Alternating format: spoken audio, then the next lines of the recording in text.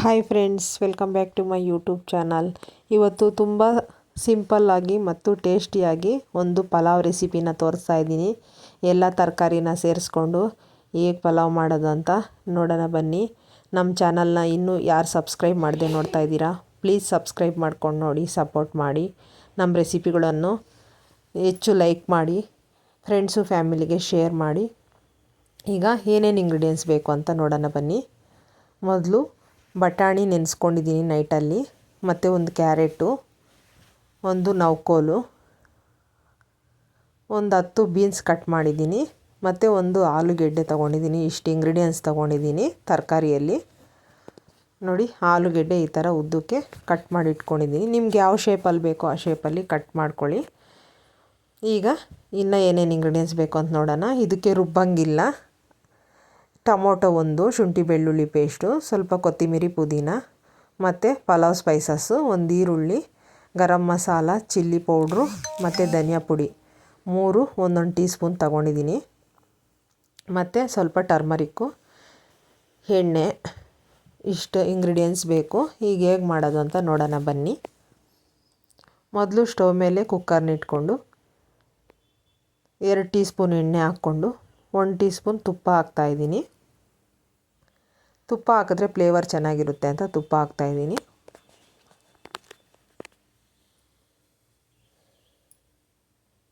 ಈಗ ಚೆನ್ನಾಗಿ ಕಾದ್ಮೇಲೆ ಪಲಾವ್ ಸ್ಪೈಸಸ್ನೆಲ್ಲ ಹಾಕ್ಕೋಬೇಕು. ತುಂಬ ಸುಲಭ ಇದೆ, ಮತ್ತು ಮಸಾಲೆ ಏನು ರುಬ್ಬಂಗಿಲ್ಲ. ಯಾವಾಗಾದರೂ ಎಮರ್ಜೆನ್ಸಿಗೆ ಮಾಡಬೇಕಂದ್ರೆ ಮಕ್ಕಳ ಲಂಚ್ ಬಾಕ್ಸ್ಗಂತೂ ತುಂಬ ಈಸಿಯಾಗಿ ಆಗೋಗುತ್ತೆ ಈ ರೆಸಿಪಿ. ಈಗ ಒಂದು ಈರುಳ್ಳಿ, ಕಟ್ ಮಾಡಿರೋಂತಹ ಈರುಳ್ಳಿ ಹಾಕ್ತಾಯಿದ್ದೀನಿ. ಹಾಕಿ ಚೆನ್ನಾಗಿ ಫ್ರೈ ಮಾಡ್ಕೊತಾ ಇದ್ದೀನಿ. ಚೆನ್ನಾಗಿ ಬ್ರೌನ್ ಆಗೋವರೆಗೂ ಈ ಥರ ಫ್ರೈ ಮಾಡಿ. ಪಲಾವ್ಗೆ ಆಗಲಿ ಬಿರಿಯಾನಿಗೆ ಆಗಲಿ ಈ ಥರ ಬ್ರೌನ್ ಕಲರ್ ಬರೋವರೆಗೂ ಫ್ರೈ ಮಾಡಿದ್ರೆ ಟೇಸ್ಟ್ ಚೆನ್ನಾಗಿರುತ್ತೆ. ಈಗ ಒಂದು ಟೊಮೊಟೊ ಹಾಕ್ಕೊತಾ ಇದ್ದೀನಿ. ಈ ಪಲಾವ್ನ ದಿಢೀರಂತ ಮಾಡ್ಬೋದು ನೋಡಿ. ಈಗ ಸ್ವಲ್ಪ ಬಟಾಣಿ ನೈಟಲ್ಲೇ ನೆನೆಸಿಟ್ಕೊಂಡಿದ್ದೆ. ನಿಮ್ಮ ಹತ್ರ ಹಸಿ ಬಟಾಣಿ ಇದ್ದರೆ ಅದನ್ನೇ ಹಾಕ್ಕೋಬೋದು. ಈಗ ಬಟಾಣಿ ಹಾಕ್ಕೊಂಡಿದ್ದೀನಿ. ಬಟಾಣಿ ಹಾಕ್ಕೊಂಡು ಚೆನ್ನಾಗಿ ಫ್ರೈ ಮಾಡ್ಕೊತಾ ಇದ್ದೀನಿ. ಈಗ ಸ್ವಲ್ಪ ಕೊತ್ತಂಬರಿ ಪುದೀನಾನ ಕಟ್ ಮಾಡಿ ಹಾಕ್ಕೊತಾ ಇದ್ದೀನಿ. ನೀವು ಜನ ಜಾಸ್ತಿ ಇದ್ದರೆ ಇಂಗ್ರೀಡಿಯೆಂಟ್ಸು ಜಾಸ್ತಿ ಹೆಚ್ಚಿಸ್ಕೊಳ್ಳಿ, ಡಬಲ್ ಮಾಡ್ಕೊಳ್ಳಿ ಎಲ್ಲನೂ. ಈ ಪಲಾವ್ ಅಂತೂ ತುಂಬ ರುಚಿಯಾಗಿರುತ್ತೆ. ಈಗ ಶುಂಠಿ ಬೆಳ್ಳುಳ್ಳಿ ಪೇಸ್ಟ್ನ ಜಜ್ಜಿಟ್ಕೊಂಡಿದ್ದೆ, ಅದನ್ನು ಹಾಕ್ತಾಯಿದ್ದೀನಿ ನೋಡಿ.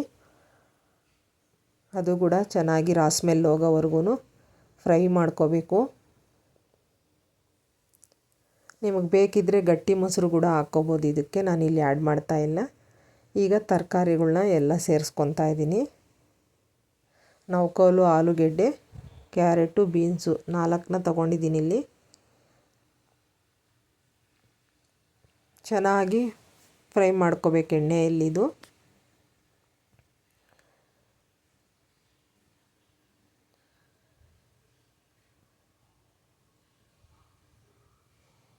ಈಗ ಸ್ವಲ್ಪ ಅರಿಶಿನ ಹಾಕ್ಕೊತಾ ಇದ್ದೀನಿ ನೋಡಿ.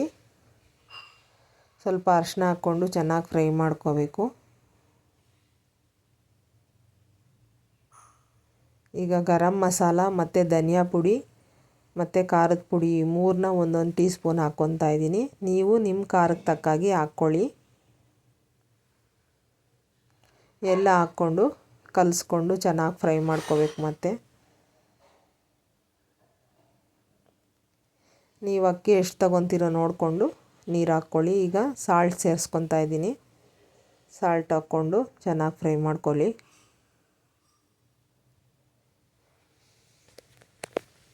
ಈಗ ನಾನಿಲ್ಲಿ 1 ಗ್ಲಾಸ್ ಅಕ್ಕಿ ತೊಗೊಂಡಿದ್ದೀನಿ. 1 ಗ್ಲಾಸ್ಗೆ 2 ಗ್ಲಾಸ್ ನೀರು ಸೇರಿಸ್ತಾ ಇದ್ದೀನಿ. ಇಲ್ಲಿ ಮೊದಲೇ ನೀರು ಸೇರಿಸ್ತಾ ಇದ್ದೀನಿ. ಇವತ್ತು ಸ್ವಲ್ಪ ಡಿಫ್ರೆಂಟಾಗಿ ಮಾಡೋಣ ಅಂತ. ಮೊದಲು ಇಷ್ಟು ದಿನ ಅಕ್ಕಿ ಸೇರಿಸ್ಕೊತಾ ಇದ್ವಿ, ಆಮೇಲೆ ಲಾಸ್ಟಲ್ಲಿ ನೀರು ಸೇರಿಸ್ಕೊತಾ ಇದ್ವಿ. ಈಗ ನೀರು ಮೊದಲು ಸೇರಿಸ್ಕೊತಾ ಇದ್ದೀನಿ. ಇದು ಒಂದು ಕುದಿ ಬಂದಮೇಲೆ ಅಕ್ಕಿ ಹಾಕ್ಕೊತೀನಿ. ಈಗ ನೋಡಿ ಕುದೀತಾ ಇದೆ, ನೀವು ನೋಡ್ತಾ ಇರ್ಬೋದು. ಅಕ್ಕಿನ ಮೊದಲೇ ತೊಳೆದಿಟ್ಕೊಂಡ್ರೆ ಒಂದು 5 ನಿಮಿಷಕ್ಕೆ ಮುಂಚೆ, ಒಗ್ಗರಣೆ ಹಾಕೋ 5 ನಿಮಿಷಕ್ಕೆ ಮುಂಚೆ ತುಂಬ ಸ್ಮೂತಾಗಿ ಬರುತ್ತೆ, ಉದ್ರುದ್ರಾಗೂ ಬರುತ್ತೆ ಅನ್ನ. ಈ ಟಿಪ್ಸ್ ಯಾರಿಗೆಲ್ಲ ಗೊತ್ತಿಲ್ಲ, ಫಾಲೋ ಮಾಡಿ. ಈಗ ನೋಡಿ ಲಿಡ್ನ ಕ್ಲೋಸ್ ಮಾಡಿ 3 ವಿಸಿಲ್ ಹಾಕ್ಸಿದ್ದೀನಿ. ಈಗ 3 ವಿಸಿಲ್ ಹಾಕ್ಸಿದ ನಂತರ ನೋಡಿ ಈ ಥರ ಸ್ಮೂತಾಗಿ ಬಂದಿದೆ, ಉದ್ರಾಗೂ ಇದೆ. ಈಗ ಕಲಸಿ ಬೌಲ್ಗೆ ಹಾಕ್ತಾಯಿದ್ದೀನಿ. ನೋಡಿ ಲಂಚ್ ಬಾಕ್ಸ್ ರೆಸಿಪಿ ಇದು, ತುಂಬ ಸರಳವಾಗಿದೆ.